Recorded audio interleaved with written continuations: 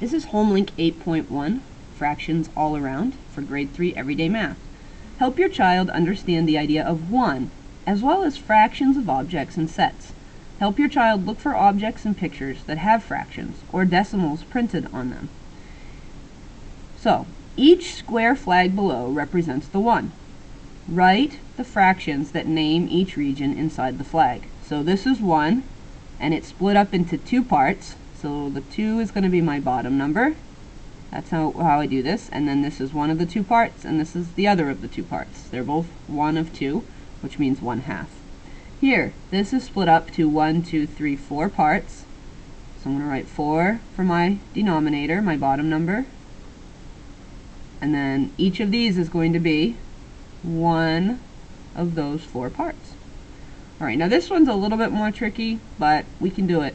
So we have to think, alright, there's this part which is smaller, and then there's these parts which are bigger. I have to think how many of these if it were all the way around the square. Well, I'm going to do this just to make it easy to see, but so if this were replicated around the square, there would be 4 of them. So I'm going to use fourths, and this would be 1 of the fourths, this small area, and this big area here would be a 4 on the bottom, and would be a 3 on the top, because this would be 1, 2, 3 fourths of the area of the 1. Next, write the fractions.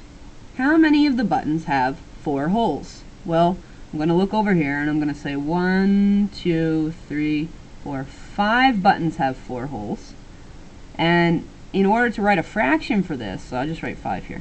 In order to write a fraction for this, I have to know how many buttons I have altogether. I have 7 buttons altogether. 1, 2, 3, 4, 5, 6, 7. So 7 is going to be my denominator on the bottom, because this is how many parts there are all together in my whole. How many of the buttons have 4 holes? 5. So the answer is 5/7, or 5 out of 7. Next, how many of the buttons have 2 holes? 1, 2.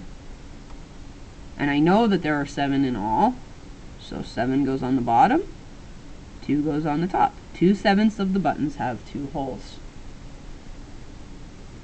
Look for items around your home that have fractions or decimals on them, such as recipes, measuring cups, wrenches, package labels, or pictures in newspapers.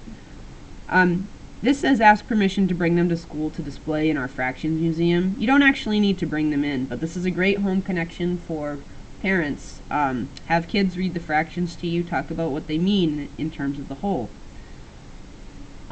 But you don't need to bring them to school. We'll talk about them, what you found. Solve, show your work, number 6.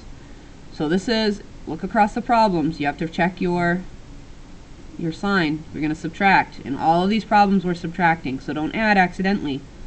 5 minus 8, can't do it. Let's borrow 1 over here, make the 7 to a 6 and give it to the neighbor. 15 minus 8 is 7. 6 minus 8, can't do it. Change it to, whoops. Borrow 1 from here, that's a 1, and that becomes 16.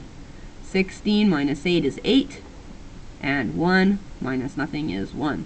The answer should be 187. Number 7. 684 minus 97. 4 minus 7, can't do it. Let's borrow 1 over here and give it to the buddy over here. 14 minus 7 is 7. 7 minus 9, can't do it. So borrow 1 from here and give it to this guy. 17 minus 9 is 8, and then bring it down. 587 is the answer. Alright, 429 minus 237. 9 minus 7 is 2. 2 minus 3, we can't do that. So we're going to borrow 1 from a friend. And now we have 12 minus 3 is 9. And then we have 3 minus 2, which is 1. So the answer to this one should be 192. And then you can pick a unit if you want.